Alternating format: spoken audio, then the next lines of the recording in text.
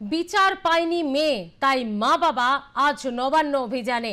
কোনো রাজনৈতিক দল নয়, তাদের ডাকেই সাধারণ মানুষকে আহ্বান জানিয়ে তারা নেমেছেন নবান্ন অভিযানে। প্রশাসনিক প্রধান পর্যন্ত তারা পৌঁছতে চান।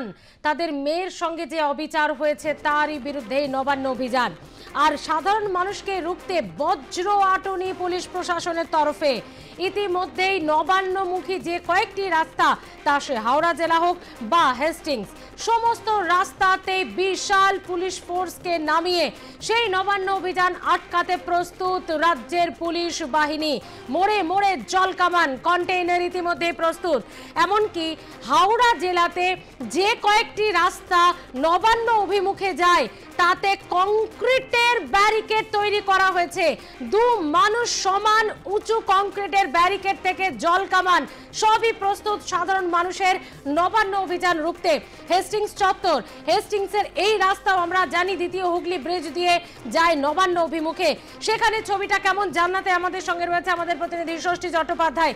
ষষ্ঠী, একেবারে চারিদিকে যে কটি রাস্তা নবান্ন অভিমুখে যায় প্রত্যেকটি রাস্তাতেই বজ্র আটনি, পুলিশ ব্যাপকভাবে নিরাপত্তা দিয়ে সেখানে দাঁড়িয়ে। কি ছবিটা রয়েছে তোমার কাছে হেস্টিংসের?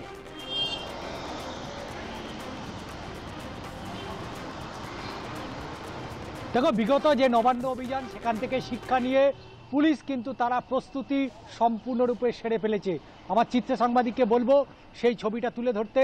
দেখতেই পাচ্ছ আমরা প্রথমে পুলিশের যে প্রস্তুতি সেই প্রস্তুতি দেখাবো। তার কারণ নবান্ন অভিযান এটা কোনো রাজনৈতিক অভিযান নয়, এটা একটি মেয়ের সুবিচার চেয়ে তার পরিবার, তার বাবা মা তারা চাইছেন যে রাজ্যের যে প্রশাসনিক দপ্তর অর্থাৎ নবান্ন, যেখানে রাজ্যের মুখ্যমন্ত্রী মমতা বন্দ্যোপাধ্যায়, রাজ্যের মুখ্য সচিব, রাজ্যের স্বরাষ্ট্র সচিব, রাজ্য পুলিশের ডিজি প্রত্যেকে যেখানে মূলত থাকেন, সেই নবান্ন অভিযানের ডাক দিয়েছে। এবং সেই নবান্ন অভিযানকে কেন্দ্র করে ইতিমধ্যেই দেখতেই পাচ্ছ যে পুলিশের একেবারে প্রস্তুতি সম্পূর্ণ বলা যেতে পারে। এখন শুধু সময়ের অপেক্ষা, অর্থাৎ দুপুর 12টার সময় নবান্ন অভিযান। দেখতেই পাচ্ছ যেখানে টিয়ার গ্যাসের সেল, সেই টিয়ার গ্যাস ইতিমধ্যেই কিন্তু প্রস্তুত রাখা হয়েছে এবং কমব্যাট ফোর্স তারাও কিন্তু প্রস্তুত রয়েছে। দেখতেই পাচ্ছ প্রত্যেকের একেবারে নির্দিষ্ট কমব্যাট ফোর্স তারাও কিন্তু প্রস্তুত।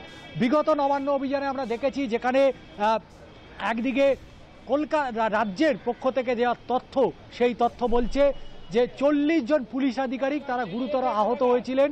এবং শুধু তাই নয়, 147 জনকে এই নবান্ন অভিযানকে কেন্দ্র করে যারা মূলত গোলমাল বাঁধিয়েছিল, যারা মূলত পুলিশকে আক্রমণ করেছিল, সরকারি সম্পত্তি ভাঙচুর করেছিল, তাদের 147 জনকে গ্রেপ্তার করেছে। এবং দেখতেই পাচ্ছ যতদূর পর্যন্ত ক্যামেরা যাচ্ছে সেই ক্যামেরায় ছবিতে পুলিশে একেবারে ছয়লাভ করে দেওয়া হয়েছে। এবং শুধু তাই নয়, এখানে পুলিশ প্রস্তুতি আমরা দেখাচ্ছি, আবার দেখাবো যে ব্যারিকেড প্রস্তুতি। এবং আমার বাঁ দিকে আমার চিত্র সাংবাদিককে বলবো অ্যাম্বুলেন্সের ব্যবস্থা রাখা হয়েছে। তার কারণ বিগত দিন থেকে শিক্ষা নিয়ে কলকাতা পুলিশ তারা কিন্তু প্রস্তুত রেখেছে। পাশেই জল কামানের ব্যবস্থা রাখা হয়েছে এবং এখানে ফায়ারের বেশ কয়েকটা টেন্ডার আনা হয়েছে, সেই টেন্ডারগুলোতে এখানে প্রস্তুত রাখা হয়েছে। অর্থাৎ অগ্নিসংযোগের মতো যদি ঘটনা ঘটে সেক্ষেত্রে যাতে কুইকভাবে সেই নিয়ন্ত্রণে আনা যায় সেটা যেমন ব্যবস্থা রেখেছে। তার পাশাপাশি এই যে দেখতে পাচ্ছ যে বড় বড় কন্টেনার, এগুলো কোনো রকম মালবাহী কন্টেনার নয়। এই কন্টেনারগুলো তো মূলত কলকাতা পুলিশের তরফ থেকে তারা নিয়ে আসা হয়েছে। এবং আমার ডান দিকে 22 নম্বর গেট অর্থাৎ যে সেই রেসকোর্স থেকে একেবারে গা ঘেঁষে কন্টেনারগুলোকে সারি সারি করে রেখে দেওয়া হয়েছে যাতে একজনের মানুষ যাতে গলতে না পারে, সেই জন্য এই কন্টেনারগুলোকে একেবারে সারিবদ্ধ করে রাখা হয়েছে। এবং আমরা ধীরে ধীরে আরও ছবিগুলো দেখাবো যে কিভাবে ব্যারিকেড করা হয়েছে। অবশ্যই সেই ব্যারিকেডের দিকে যাব, আমরা সেই ছবিটা দেখাবো দর্শকদের। যারা নবান্ন অভিযানে আসবেন তারা কিন্তু আগে থেকেই পুলিশের প্রস্তুতিটা আপনারা দেখে নিন যে কিভাবে পুলিশ তারা প্রস্তুতি রেখেছে।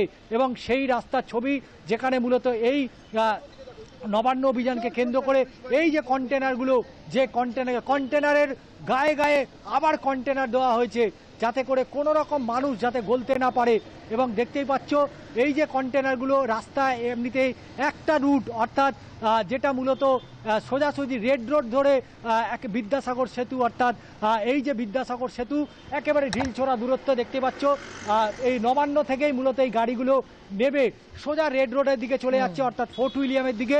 এবং তার পাশাপাশি আরও যে ছবিগুলো দেখাবো, পুলিশের যারা আধিকারিক আমরা দেখতে পাচ্ছি, ডিসি পদমর্যাদা জয়েন্ট সিপি রয়েছেন সন্তোষ পাণ্ডে, তিনি আসছেন এবং পুলিশি যে প্রস্তুতি সেই প্রস্তুতি ইতিমধ্যেই যে সেরে ফেলা হয়েছে সেটাকেই মূলত খতিয়ে দেখতে তিনি এই মুহূর্তে এসছেন। এবং আমরা আরও ছবিগুলো দেখাবো, যে ছবিটা মূলত দেখতে পাচ্ছ যে পুলিশের যে তৎপরতা ইতিমধ্যেই শুরু হয়ে গিয়েছে।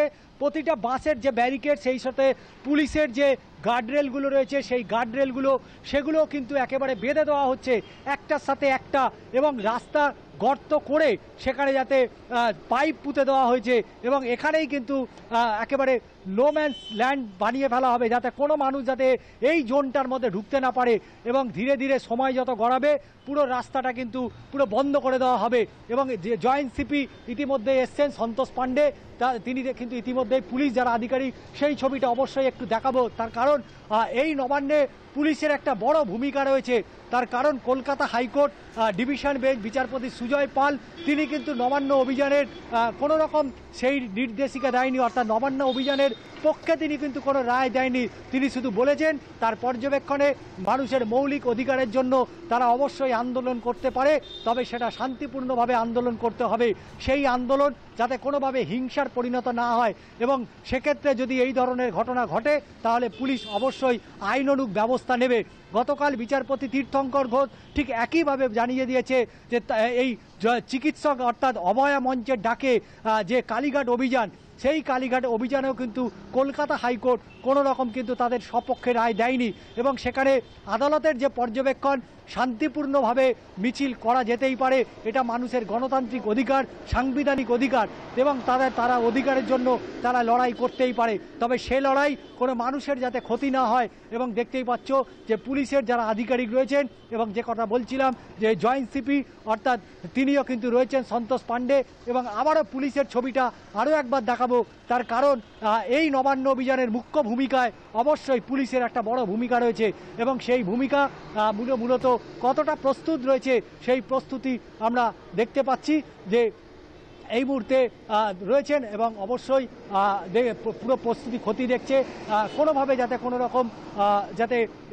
কোনো রকম ইয়ে না হয়। অবশ্যই একটু স্যারের সাথে কথা বলার চেষ্টা করব, যেহেতু স্যার গতবারে নবান্ন অভিযানে বেশ কিছু পুলিশ কর্মী তারা আহত হয়েছিলেন।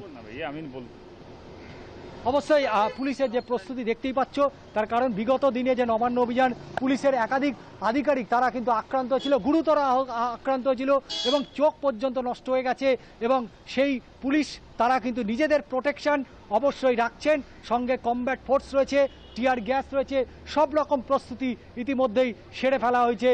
একেবারে দেখতে পাচ্ছে যে মঙ্গল পাণ্ডে যে ট্রেনিং হাব রয়েছে, অর্থাৎ যে রেস কোর্স, সেই রেস কোর্স লাগোয়া একেবারে সারিবদ্ধভাবে পুলিশ, এবং সাদা পোশাকের যেমন পুলিশ রয়েছে, এবং তার পাশাপাশি তারা তাদের ইউনিফর্ম, সেই ইউনিফর্ম পরে তারা কিন্তু বুঝে নিচ্ছে যে কার কোথায় ঠিক কতটা ডিউটি, কতটা তারা এগোবেন এবং অবশ্যই কতটা তারা পেছোবেন।